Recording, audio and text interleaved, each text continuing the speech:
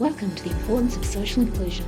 We're going to explore why social inclusion is so important to health and how we can improve on it together. So what is social inclusion? You may have heard of it before, or something similar, like social exclusion, cohesion, or capital. These are not all the same thing. When talking about social inclusion, there are lots of different definitions. One used in Australia refers to whether each individual in a community has the ability, resources, and opportunity to learn. Can someone participate in education or training?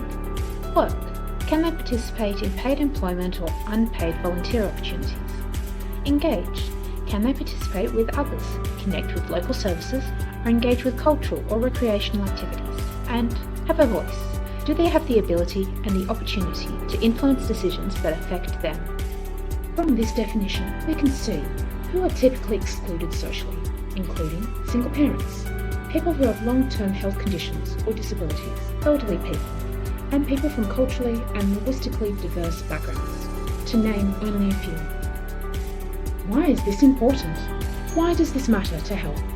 Because these people who are socially excluded have poorer health outcomes, while people who are socially included have better physical health outcomes and mental health outcomes. Also, the United Nations, in their Sustainable Development Goals, emphasise the need to ensure inclusion for the most vulnerable in any population. This is a global responsibility that we are a part of. How socially inclusive a community is can be measured by looking at participation numbers, sense of belonging, empowerment, and overall quality of life. You can measure participation with indicators like number of people in paid employment or unpaid volunteering, or participation in education or training. You can measure sense of belonging with indicators like participation in social and community activities. You can measure empowerment with indicators like participation in community action. And you can measure quality of life with indicators like perceptions of personal safety or fear of discrimination. Let's look at how simple it is to use these indicators. For example, volunteer rates are a participation indicator. Volunteering can show a purposeful contribution to society, perhaps as a pathway to employment or social inclusion. Volunteering is linked to employment and income, with those who earn more likely to engage by volunteering. At this point, you may be wondering how Australia is doing. Let's look at Victoria's social inclusion indicators. You may think that Australia is doing pretty well. We're all equal, right? Unfortunately, the Social Exclusion Monitor shows a difference in social exclusion depending on whether you are female or male.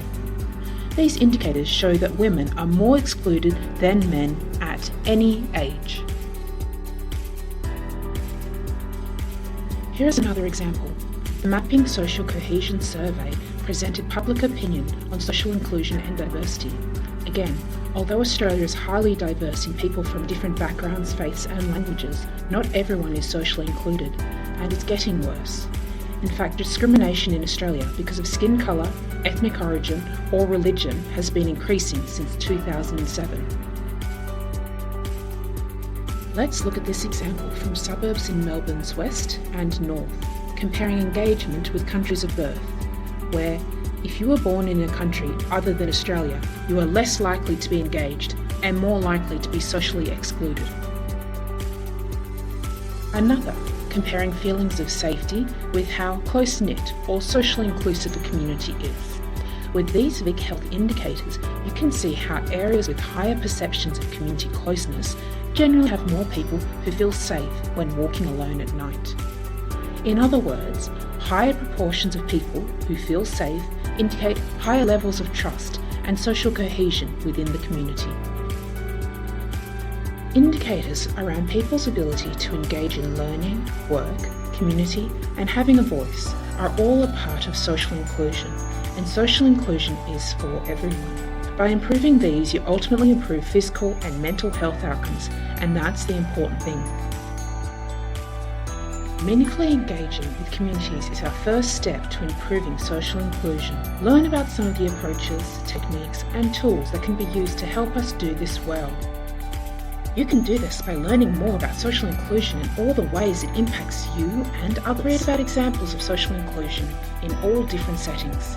Learn how organisational support and structures impact social inclusion and what peak bodies and other associations work on this issue. You can download a free copy of this practice guide here. Or read more about how to measure indicators around social inclusion here. No one organisation can improve overall social inclusion alone. Be a part of the movement. Join collaborative efforts so everyone can be socially included.